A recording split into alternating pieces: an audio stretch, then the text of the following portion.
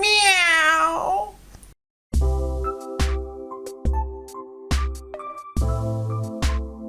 Hey, this is Craig. Just wanted to share a quick, simple idea of how you can make a little storage shed out of some corrugated metal and some wood. So basically what we've done here is we cemented these 4x4 posts into the ground. We did that a while back. Then if you come inside here, you'll see that then we framed it in. We actually just used the house as a support. We've got our 2x4s. Some of this is just scrap lumber, so it's kind of odd sizes, but 2x4s are great. And then that's what we do. And then as you can see, then we just fasten some sheet metal right to that. Just cut them to size and then just fasten them to the board. Well, we cut the sheet metal with tin snips, which is kind of a slow process, but you know, it gets the job done if you don't have fancy saws that do that kind of thing. So yeah, it's a lot of work doing the tin snipping.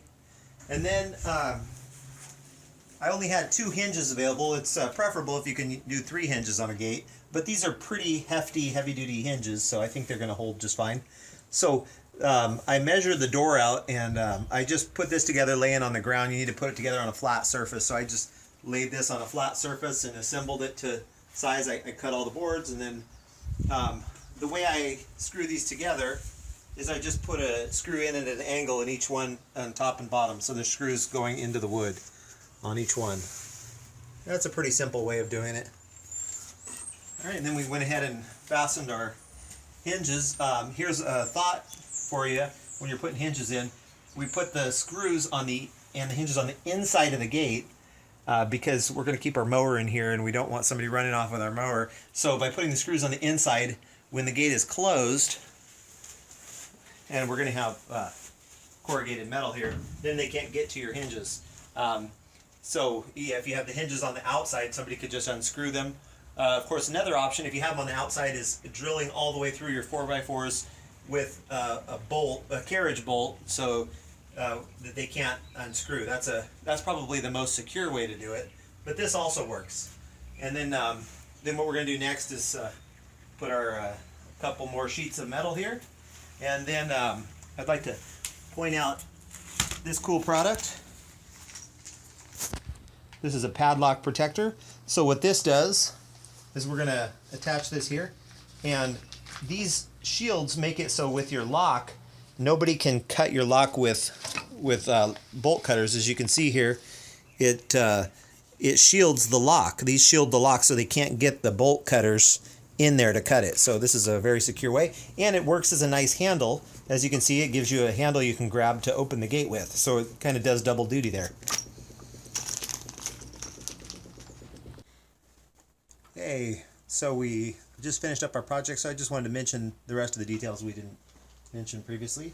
So we got the 3 pieces of sheet metal on the door. We had to notch out where the handle was, so we notched out that. And then what we did is when you cut metal with tin snips, it tends to leave sharp edges. So we used some pliers to bend that around. So now it's a rounded edge. So we bent the sharp part around behind. So because you don't want somebody going to open the door and then slice their hand on that. So that's what we did there. And then we just attached this with a whole bunch of little fasteners.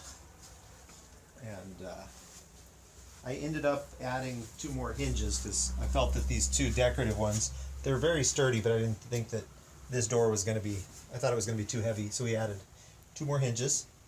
Then the roof, if you want to come inside here, you'll see what we did is we just went up to where it meets the wall, and we just put some screws angled from the boards into the wall. And those boards, we cut the ends at an angle so they sit flat against the wall. So you want to do that so you get a good snug fit. And then we actually didn't have all the sheet metal we needed, so as you can see, we hodgepodged it a little bit and got several different sizes, but anyway, it does the job. And then we added a little shelf in the back here for all the tools. And then also I should mention, when we put this security thing in, the bolts weren't quite long enough to get the nuts on, so I countersunk that a little bit. Before I put those in, I used a nice wide drill and drilled into the wood a little bit so we could get some good grip on those. Okay, so there we have it. There's our final product. There's our shed, and we're pretty proud of it. It's going to do the job for what we need, and I hope it helps you.